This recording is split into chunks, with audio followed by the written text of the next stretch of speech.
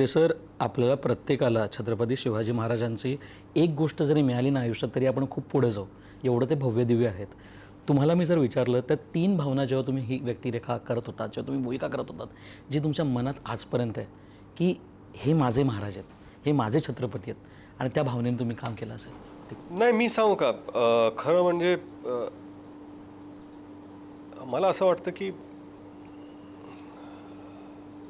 मी जेव्हा अभ्यास केला, जेव्हा चित्रपट करतो, जेव्हा दिग्दर्शन करत होतो, तेव्हा सीन्स पाहत होतो, मला असं वाटलं की बाबा, म्हणजे एखाद्या महिलेच्या आबरूवर हात टाकणाऱ्या व्यक्तीचे हात पाय छाटणे,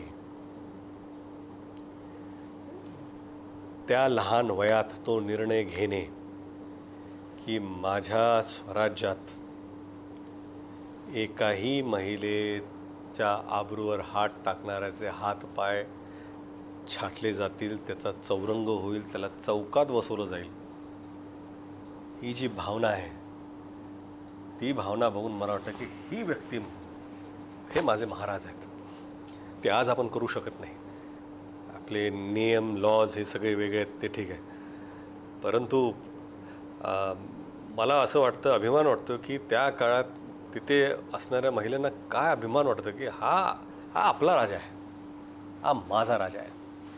ती भावना येणं फार महत्त्वाचं आहे की बाबा, आजपर्यंत मराठ्यांना त्या काळात कधी मुघलांच्या झेंड्याखाली लढावं लागलं, कधी निजामाच्या झेंड्याखाली लढावं लागलं, कधी आदिलशाहीच्या झेंड्याखाली लढावं लागलं, पण हिंदवी स्वराज्याच्या झेंड्याखाली लढवण्याचा मानस ज्या व्यक्तीने घेतला, तो माझा राजा. शिकूया AI ची क्रांती. चला करूया MSCIT.